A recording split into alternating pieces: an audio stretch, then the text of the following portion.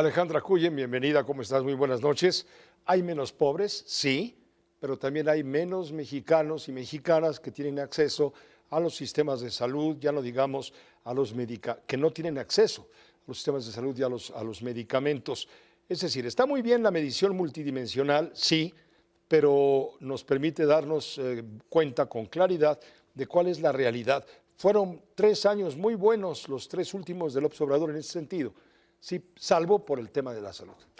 No solo el tema de la salud, incluso el tema de rezago educativo, donde si bien tienes una mejora, tuviste la expulsión de millones de jóvenes que se salieron de las escuelas. Y esto, junto con seguridad social, pues te lleva a este problema de provisión de servicios públicos que el Estado dejó de dar. A mí me parece que la medición multidimensional de la pobreza es muy útil porque te señala dónde están los puntos vulnerables y te ayuda a hacer políticas públicas de mucho mayor calidad. El sexenio pasado al presidente le gustaba denostar este tipo de indicadores y simplemente decir que no era cierto y que el bienestar había crecido nada más porque había transferencias.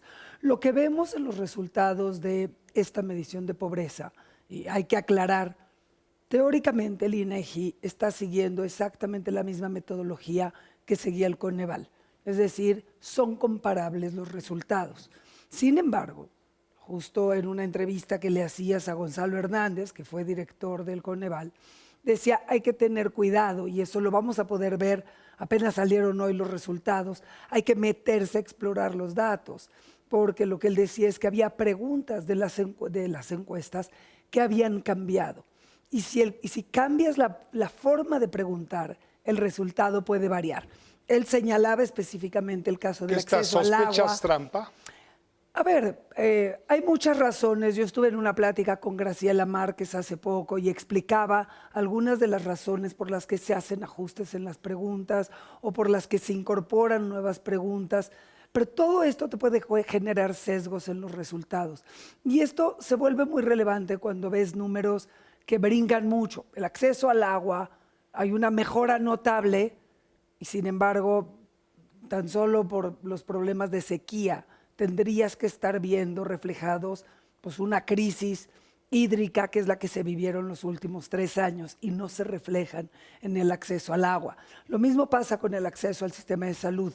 Dependiendo como preguntas, que también señalaba Gonzalo Hernández como sector en el que se había modificado algunas preguntas, donde los resultados son muy buenos y a ver, qué mejor que pensar que la carencia de salud mejora, pero no, porque lo que estás viendo es que la gente tiene que pagar de su bolsillo las medicinas, tiene que pagar de su bolsillo las consultas con los médicos, porque ya no tienes médicos en las instituciones públicas. Y eso te paupera, ¿no? te vuelve más pobre. Pues te hace más pobre y ese es el chiste de la medición de la pobreza. Hoy leía por la mañana en una primera plana, ¿no?, de un diario nacional, 870,000 familias se han vuelto más pobres por tener que pagar justamente los gastos médicos. Y justo Graciela Márquez en esa plática comentaba, es decir, cuando uno se mete al interior de las cifras de salud, lo que se encuentra es que el gasto en salud puede no haber crecido tanto, pero la composición del gasto en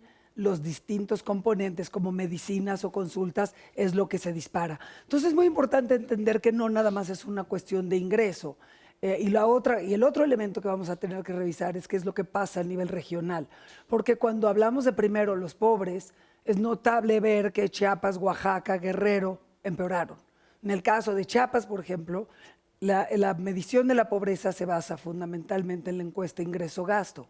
Y cuando ves las cifras del incremento en el ingreso corriente trimestral de los hogares entre 22 y 24, todos los estados crecen, incluso Oaxaca tiene un crecimiento del ingreso por hogar de 5.6%, Nuevo León de 23%, y Chiapas tiene uno de menos 7%.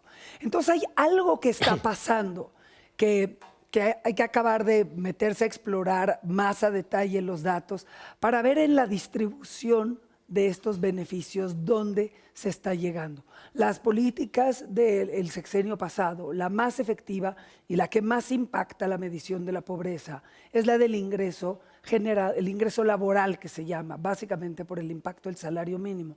Y porque metiste a una población muy importante que antes las factureras no les daban seguridad social y con los cambios en la política laboral tuvieron acceso al IMSS. No necesariamente el IMSS se daba abasto en dar servicios de salud, sin embargo, los incorporaste en un nivel distinto de ingreso, ¿no? Se está haciendo Pero muchos estados se quedaron afuera, Claro. y ahí es donde hay que revisar qué es lo que pasó, porque claramente las transferencias gubernamentales no son suficientes para mejorar la En situación. pocas palabras y para terminar, ¿se está haciendo una buena medición? ¿Es confiable?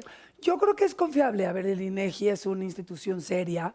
De nuevo, estos cambios en las preguntas no necesariamente son sesgos maliciosos. Yo creo que Graciela Márquez es una magnífica profesionista y el INEGI es una gran institución, pero eso no quita que no haya elementos que hay que revisar en los detalles para entender dónde están las deficiencias y mejorar la política pública. Es básicamente en ese sentido. Alejandra Joyen, muchas gracias.